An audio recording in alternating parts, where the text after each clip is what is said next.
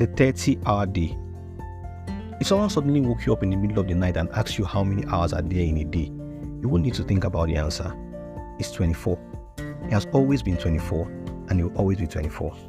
Theoretically speaking, the number of hours in a day is constant, but in a world that is filled with so much activity, where we have so much to do in so little time, and where we need to consume lots of information to stay ahead of the curve, we find ourselves wishing sometimes that we could just get more than 24 hours in one day so that we can accomplish more. Now, I know you've probably heard the cliche that the richest and most successful men in the world have the same number of hours that you do, so I won't tell you that again.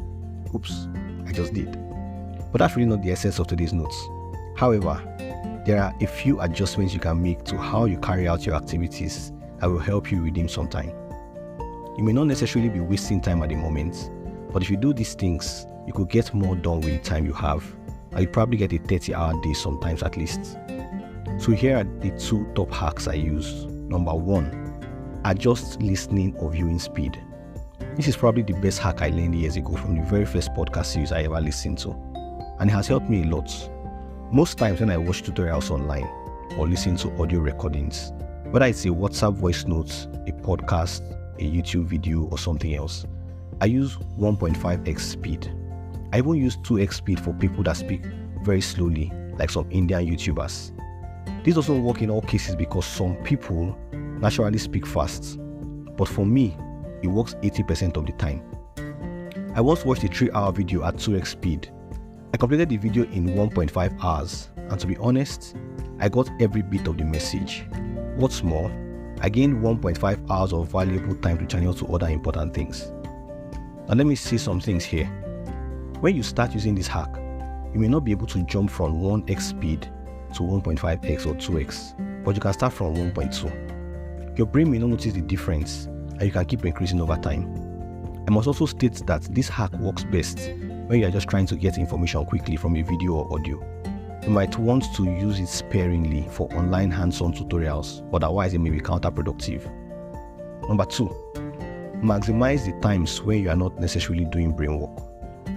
I'll give some examples of this. I listen to podcasts, audio recordings, and even videos during my commute times.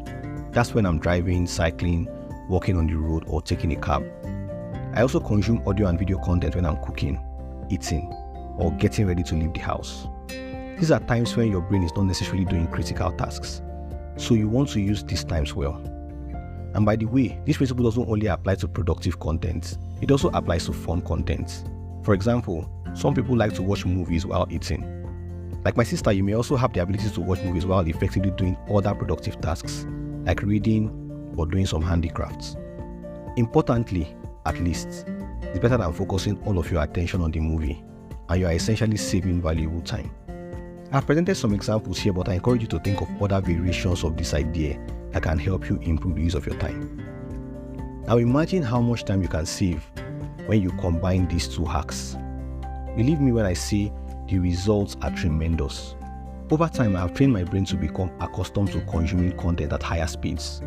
1x speed now feels really slow to me most times, and in fact, sometimes I deliberately boycott live webinars and online events when I know the recording will be shared, because I can easily compress the listening time by up to 50% at my convenience. So what inspired this episode? In the last few weeks, I randomly asked some of my contacts if they listened to any of my podcast episodes, and perhaps had some feedback.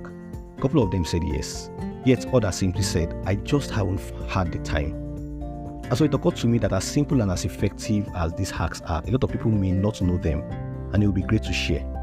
So if you're unable to find 3 to 5 minutes once a week to listen to a podcast, there are 2 possible reasons. It's either you don't find it interesting enough, or you've not found a way to fit it into your activities. I want to believe that the latter is the case, and I trust that that will change after you listen to this episode. Here are some facts that may spur you to try this out. If you listen to a 1-hour recording at 1.2x speed, you'll save 10 minutes. If you listen at 1.5x speed, you will save 20 minutes. And if you listen at 2x speed, you will save 30 minutes. Do you now see how you can turn a 24-hour day into 30 hours or more? So before you go, I'll leave you with 2 action points. 1. Listen to this recording again at 1.2x speed or higher, and let us know in the comments if it made much difference. 2. Are there other things you do to maximize your time? Also tell us in the comments. And if you found this useful, please share it with someone. You just might be saving them lots of productive time, and the dividends of this knowledge will compound over the course of their life, like it has compounded in mine. Always remember, you won't get more than 24 hours in one day, but you can definitely apply some principles to redeem your time and get more done. So theoretically, we all have 24 hours in a day, but practically, some people have 30, others have 36, and ironically, there are yet others who have 12. What's your number? It's all up to you. See you again soon, and keep being amazing. My name is Murphy Nnamdi Chuba.